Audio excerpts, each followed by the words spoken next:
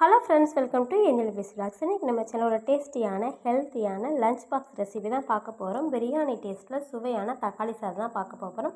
அதுக்காக நம்ம ஒரு 2 டேபிள் ஸ்பூன் அளவுக்கு நெய் சேர்த்துருக்கேன், 1 டேபிள் ஸ்பூன் அளவுக்கு தேங்காய் எண்ணெய் சேர்த்துருக்கேன். நம்ம தேங்காய் நெய் சேர்ந்து செய்யும்போது ரொம்பவே நல்லாயிருக்கும். இப்போ நம்ம அது கூட 2 துண்டு பட்டை, பிரிஞ்சி இலை, கொஞ்சம் சோம்பு சேர்த்துருக்கேன். இதெல்லாம் பொரிச்சதுக்கு அப்புறமா பிரியாணி இலை சேர்த்துக்கிறேன். உங்கள்கிட்ட இருந்துச்சுன்னா சேர்த்துக்கோங்க, இல்லைன்னா தேவையில்லை. இப்போ நான் கட் பண்ணதானே பல்லாயிரம் வெங்காயத்தையும் சேர்த்து இதை நல்லா ஃப்ரை பண்ணிக்கிறேன். வெங்காயம் நம்மளுக்கு நல்லா வெந்து வரணும், அது வரைக்கும் நல்லா வதக்கி விட்டுக்கலாம். நம்ம தக்காளி சாதம் பண்ணுறதுக்கு எப்போவுமே நல்லா பழுத்த தக்காளியில் பண்ணும்போது ரொம்பவே நல்லாயிருக்கும். நான் இஞ்சி பூண்டு பேஸ்ட்டு சேர்க்கல, பூண்டு மட்டும் தட்டி சேர்த்துருக்கேன்.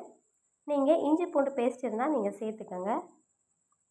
நான் ஏற்கனவே இந்த பிரியாணியெல்லாம் சேர்த்துருக்கனால அதோடய ஃப்ளேவரே எனக்கு போதும், அதனால் பூண்டு மட்டும் தட்டி சேர்த்தேன்.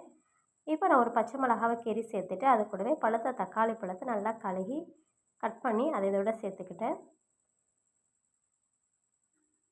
நம்மளுக்கு ஒரு வெரைட்டி ரைஸ் பண்ணும்போது வெங்காயத்தை நல்லா வேக விட்டதுக்கப்புறமா நம்ம பண்ணும்போது அந்த வெங்காயத்தோட ஃப்ளேவர் நம்மளுக்கு சாப்பாட்டில் நல்லா இறங்கும், சாப்பிடும்போது ரொம்ப நல்லாயிருக்கும். இப்போ நான் தக்காளி வதங்குறதுக்கு தேவையான அளவு கல்லுப்பு சேர்த்துக்கிட்டேன். சேர்த்துட்டு இதை நல்லா வதக்கி விட்டுக்கலாம். குழந்தைங்களுக்கு நார்மலாக நம்ம தக்காளி சாதம் பண்ணி கொடுக்கும்போது சில நேரம் தக்காளியாக இருக்குன்னு சாப்பிட மாட்டாங்க.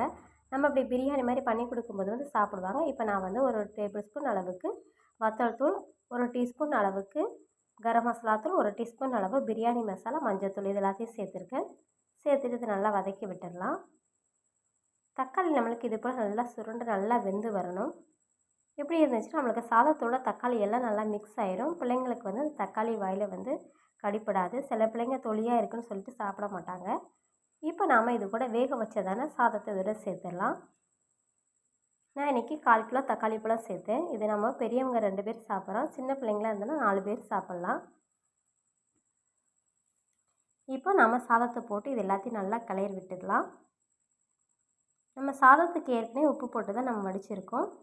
நம்ம தக்காளிக்கும் ஏற்கனவே நம்ம உப்பு சேர்த்துருக்கோம். இப்போ எல்லாத்தையும் நம்ம கலந்ததுக்கு அப்புறமா நம்மளுக்கு உப்பு தேவைப்பட்டுச்சுன்னா நீங்கள் சரி பார்த்து தூள் உப்பு சேர்த்துக்குங்க. நான் வதக்கிறதுக்கு கல்லுப்பு சேர்த்து வதக்கினேன். இப்போ கடைசியாக கொத்தமல்லி தழை சேர்த்துட்டு ஸ்டவ் ஆஃப் பண்ணிடலாம். சுவையான தக்காளி சாதம் ரெடி.